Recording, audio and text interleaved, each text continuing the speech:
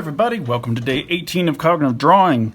So first thing we're going to do is these sleep on it exercises for these arms. You can flip back to day 13 to see these arms, to do it from memory or from reference, whatever you want to do. But definitely do these sleep on it exercises so that you can retain as much of that from day 13 as possible. Try not to get discouraged if you haven't been able to remember every detail in your drawings so far. Just keep trying every day to memorize more and more, and just like riding a bike, once you get it, you'll get it. You've got it. Here's a cool Chinese proverb that says, "What I hear, I forget. What I see, I remember. What I do, I know." That's why I want you guys to actually do these exercises. The only way that anatomy books are helpful for you is if you actually do those anatomy exercises yourself. And so that's one of the big problems with just getting an anatomy book, is the person who created all those anatomy drawings is the one who actually did all the work, and he really learned it. She really learned it. But you would need to do all that work too in order to learn it. So hopefully cognitive drawing helps you guys do all that work so that you can learn it. All right, let's move on to the exercise. Okay, this one we are going to work on a tutorial. This is another one of those tutorials where we recreate the tutorial completely so that you can, in essence, teach this to someone else. Let's start. We got our little guide egg shape. We will just kind of trace over it real quick for the head, right? We need to do a bigger egg below. Just keep it real rough, really loose. Don't worry about getting it perfect. We're not drawing perfect finished lines the first time. So just try to imitate what we got here. This right here. Boom, that's it. That's our beginning point. Well, something like that anyway. Now let's go on to number 2. And remember, you are doing it as quick as you can, like without trying to, you don't need to get rulers out and measure this stuff. So we have this line down the center. Let's just try to throw this egg shape on top of here again. And it has a nice little place here where we cut out this like triangle shape, which ends up becoming the rib cage, the bottom of the rib cage. So we're just looking back and forth. It's kind of the superhero spandex line right there.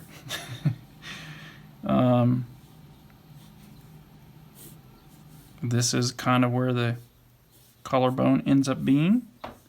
And if we do 2 heads, so basically a half a head on each side here, it kind of comes down to the edge of where this egg shape is, right? 2 heads wide. All right, so we got this part done, and we can also erase this because we're kind of cutting that out now. Now we will just continue on over here, making the next step. Let's do that head. We can throw in 2 more heads so we can kind of see this 3 heads wide dimensions. Got that middle line down the bottom. Let's see, let's draw this. We got, remember, the middle of these heads here kind of determines this egg shape. Well, at least something to work with. We got this square down here, rectangle. We got, and we're cutting out this triangle for the rib cage. And now you can see this egg shape is a little bit more cut in than what I got. That's fine. We got this collarbone line here. Suddenly that neck is really forming.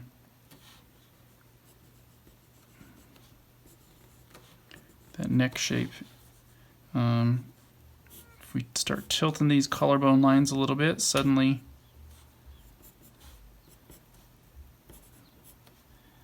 you're starting to see the shape of the body a little bit more, right? You're starting to see the shape form of the torso.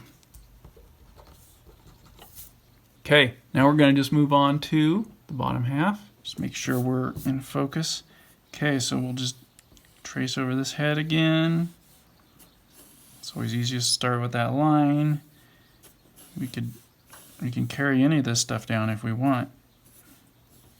If you really want to keep all these lines there, it might help.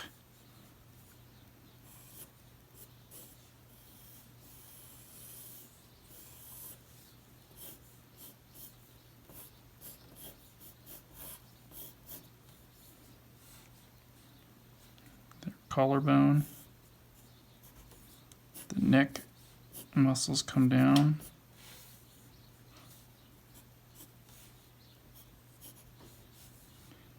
And then we can start playing with these shapes that kind of go over top of it.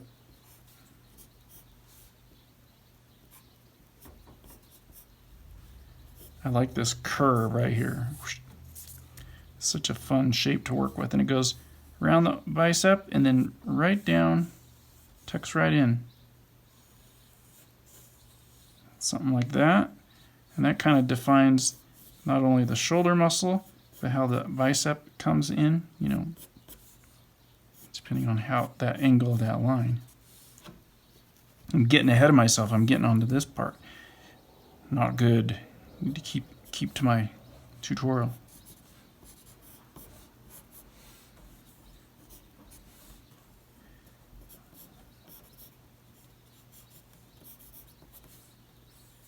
See that we got a rib cage right there now. You can kind of see where the ribs would go.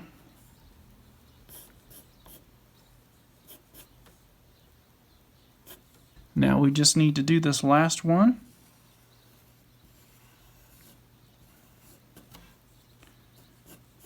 Remember, you can erase. It's not rocket science. It's just cognitive drawing. So that's about a half a head, right, to the edge of that. Do this, kind of curve it a little bit.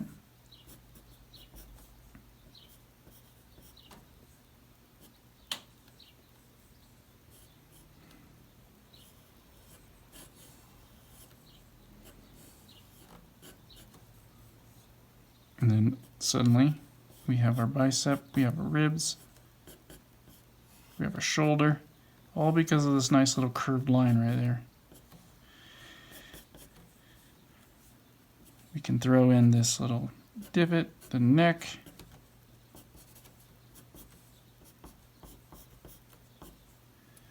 All because we have kind of laid these foundational shapes to kind of work with.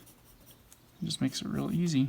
Then we got the muscles, we got the pec muscles, I mean. You can just draw over top. We got that, cut that triangle out for the rib cage. There's your ribs. And we'll get into the pelvis in later days, because that's a whole nother mystery we need to tackle. So there we go. We got our little sketchy tutorial done of the upper body of a muscle man. Hopefully that helps you guys. At least gives you one way to think about breaking this down, because there's a lot of ways you can do this. And this is my own method. I kind of grouped a lot of different methods together, a lot of different tutorials over the years. This just seems like it's the best for me, so I created this tutorial. The best way to learn something is to be able to teach it. So you might want to look at some other tutorials of drawing the male body from the front. There might be some other little tricks that other people do that are different than my tricks. And you're going to have to find your own tricks as well. And then your style will just completely blossom and emerge out of that. All right, guys, that's the end of day 18.